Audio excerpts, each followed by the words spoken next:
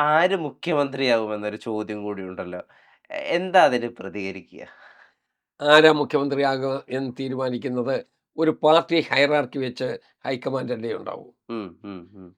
താഴെയുള്ള ഞങ്ങളെല്ലാം കൂടെ കൂടിയിരുന്നിട്ടല്ലല്ലോ മുഖ്യമന്ത്രിയെ തീരുമാനിക്കുന്നത്. ഇവിടുത്തെ ഒപ്പീനിയൻ ചോദിക്കേണ്ടത് അത് ചോദിക്കും. ചോദിച്ചതിന് ശേഷം എല്ലാ കാര്യങ്ങളും അവർ പരിഗണിക്കും. അതിനുശേഷം അന്തിമ തീരുമാനം ഹൈക്കമാൻഡ്. ഞങ്ങളുടെ ഒരു സിസ്റ്റം ഇപ്പോൾ മാത്രമല്ല, എത്രയോ കാലമായി തുടരുന്ന ഒരു സിസ്റ്റമാണ്.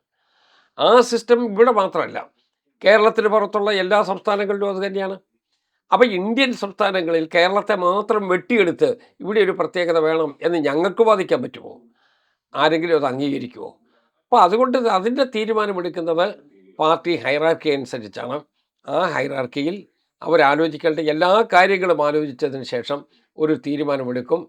ഞങ്ങളുടെ പ്രത്യേകത ആ തീരുമാനം എന്താണോ അത് ശിരസാ വഹിക്കുക എന്നുള്ളത് തന്നെയാണ്.